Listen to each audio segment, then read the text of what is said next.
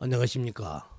오늘은 1분 신학 38번째 시간이 되겠습니다. 지난주 우리는 이스라엘 백성이 메시아를 왜 메시아로 알아보지 못하였는가 그 이유에 대해서 살펴보았습니다. 그건 자신들이 지금까지 남의 나라의 침략으로 억압받고 간섭받고 지배받고 살아온 그러한 삶에서 자신들을 지배한 나라들을 징치하고 그리고 자신들을 해방시켜 이제 평안하고 안락하고 행복한 삶을 살 수 있는 그러한 강력한 힘을 가진 메시아를 기대하고 있었던 것인데, 예수는 아무리 봐도 자신들이 바라는 그런 메시아가 아니었습니다. 십자가에서 아무런 힘, 권능, 능력, 기적도 행치 못하고 십자가에 매달림을 당하는 모습에 실망한 나머지 그런 나약한 예수 곁을 백성들은 다 떠나버리는 모습을 보았습니다. 심지어는 제자들도 마찬가지였습니다. 그러나 그는 분명 메시아였고 백성들이 생각하는 다윗의 통일 왕국과는 비교할 수 없는 더 아름답고 찬란한 나라를 주시려고 오신 하나님의 아들이셨습니다. 그래서 예수는 그 나라에 들어오게 하시려고 자신의 목숨을 십자가에 내어놓은 것이었습니다. 왜? 그건 먼저 우리 인간의 죄의 문제를 해결하지 않고서는 들어갈 수 없는 나라이기 때문에 그렇습니다.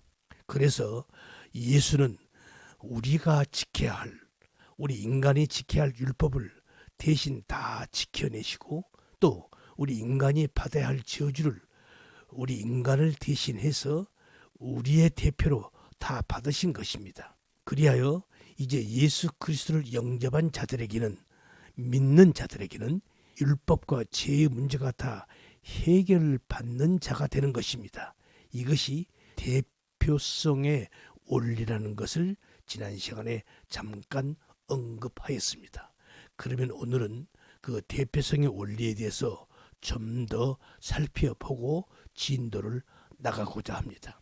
자, 대표성의 원리란 먼저 우리 인간의 대표가 되기 위해서는 우리와 똑같은 사람이어야 한다는 것입니다. 그건 왜 그런가? 그건 원숭이 대표로 사람이 나갈 수 없는 거죠. 또 사람을 대신해서 다른 개가 나갈 수 없는 것과 같은 것입니다. 대표란 어떤 존재가 어떤 무리의 동료요, 동질인 존재가 대표가 될 수 있는 것이죠. 따라서 우리 인간을 대표하기 위해서는 그 대표는 사람이어야 하는 것입니다.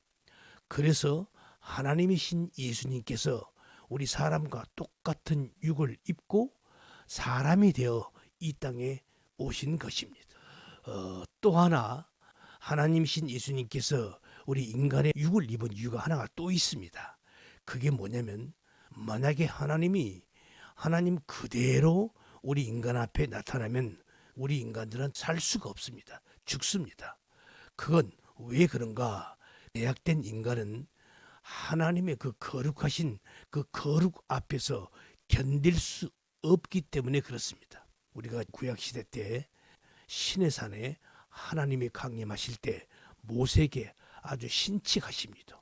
단단히 주의를 주십니다. 금줄을 치고 어느 거리 선 이상 가까이 오지 말라는 것입니다. 만약에 가까이 오면 돌격하여 너희들은 다 죽고 만다. 그래서 바로 그런 좋은 예가 성경에 나와 있는 것입니다. 우리 예수님께서 육을 입고 오신 이유는 그 첫 번째 인간이었던 아담, 그 아담의 실패를 전부 회복시키는 일을 하기 위해서 오신 것이었습니다. 예를 들면 모든 것을 다 먹을 수 있었던 에덴 동산에서 아담은 하나님께서 유일하게 먹지 말라 하신 선악과까지도 먹었습니다. 그래서 아담은 그 불순종으로 실패를 한 것입니다. 그래서 예수님께서는 이 땅에 오셔서 공생에 들어가시기 전 40일 금식 기도를 하신 것입니다. 왜요? 하나님의 말씀에 순종하기 위해서입니다. 그때 금식 기도를 마칠 즈음에 사탄이 와서 돌로 떡을 만들어 보라고 유혹을 하죠. 시험합니다. 그 시험을 이겨내고 물리칩니다. 바로 에덴 동산에서 아담이 사탄의 유혹에 넘어가 선악과를 먹었던 그 이 실패를 지금 회복하시는 것입니다. 그렇게 예수님은 그러한 하나님의 말씀에 순종하는 그 순종하는 모습으로 죽기까지 복종하신 것입니다. 바로 그것이 십자가의 죽으심이죠. 이렇게 아담의 실패를 우리 예수님은 우리 인간을 대표해서 우리 인간을 대신해서 대표로 전부 회복시키고 그리고 가신 것입니다. 그래서 사도 바울은 빌립보서 2장에서 이렇게 말씀을 하십니다. 너희 안에 이 마음을 품으라. 곧 그리스도 예수의 마음이니 그는 근본 하나님의 본체시나 하나님과 동등됨을 취할 것으로 여기지 아니하시고 오히려 자기를 비워 종의 형체를 가져 사람들과 같이 되었으니 사람의 모양으로 나타나셨음에 자기를 낮추시고 죽기까지 복종하셨으니 곧 십자가의 죽으심이라. 바로 예수님의 그 십자가에 매달려 죽으심은 하나님께 순종하는 복종하는 것이었습니다. 그래서 아담의 실패를 회복하고 그 회복을 우리에게 다 주신 것입니다. 이것을 신학적 용어로요 전가라는 표현을 씁니다. 여러분 생각해 봅시다. 이거보다 더 큰 놀라운 복이 있습니까? 이거보다 더 놀라운 복된 소식이 있습니까? 바로 우리 예수 그리스도의 이 이야기는 바로 이 복된 소식을 우리에게 전하는 것입니다. 그래서 이 복을 깨달은 자는 또 다른 복, 또 다른 기적 이런 것을 필요로 하지 않습니다. 그런데 오늘날 기독교가 어디로 가고 있는가를 보면은 참으로 안타깝기 그지 없을 때가 많습니다. 여기서 우리는 기독교 밖에는 구원이 있을 수 없다는 이유를 알 수 있습니다. 다시 말해서 범신론에게는 구원이 없는 이유를 알 수 있다는 것입니다. 아담과 하와가 범과했을 때 하나님은 땅을 저주해 버리십니다. 아담과 하와는 물론이고 땅을 저주해 버리십니다. 창세기 3장 17절에 나오죠. 내가 너더러 먹지 말라 한 나무 실과를 먹었은즉 땅은 너로 인하여 저주를 받고 그렇게 땅을 저주해 버리십니다. 이건 무슨 말인가? 이 땅이 저주받았다는 것은요. 존재의 근원이 저주를 받았다는 것입니다. 그래서 모든 것이 다 저주받은 상태가 되어버렸습니다. 생각해 보세요. 땅에서 우리 인간이 나왔고 땅에서 모든 만물이 자라나고 동물도 땅으로 흙으로 창조를 했습니다. 그래서 이 저주를 받았다. 이 저주를 받은 상태란 이것은 영이요 생명의 근원이신 하나님과 단절되어 버려서 생명이 끊어진 그런 상태를 일컫는 말입니다. 이걸 성경은요 하나님의 영광이 떠났다라는 표현으로 기록을 하고 있습니다. 바로 그 초월자이신 창조자이신 하나님과 우리 인간이 단절되어 버린 것입니다.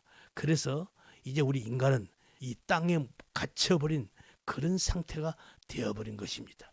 바로 이것을 저주받은 상태라는 것입니다.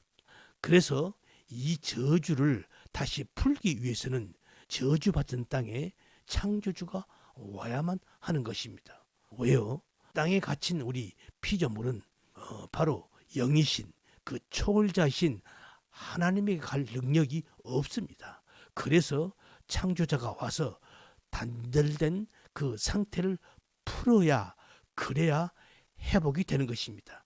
그래서 우리 하나님이신 예수 그리스도께서 육을 입고 이 땅에 오신 것입니다. 오셔서 우리 인간들이 지켜내야 할 우리 인간들이 준수해야 할 율법을 다 지켜내시고 그리고 우리 인간들이 받아야 할 그 저주도 다 대신 받아내시고 그 모든 것들을 우리에게 전가하시고 가신 것입니다. 바로 이것이 대표성의 원리라는 것입니다. 그러면은 왜 범신론자들에게는 구원이 없는가? 이 말씀은 다음 시간에 설명을 드리겠습니다. 오늘은 여기까지 하겠습니다. 수고하셨습니다. 감사합니다.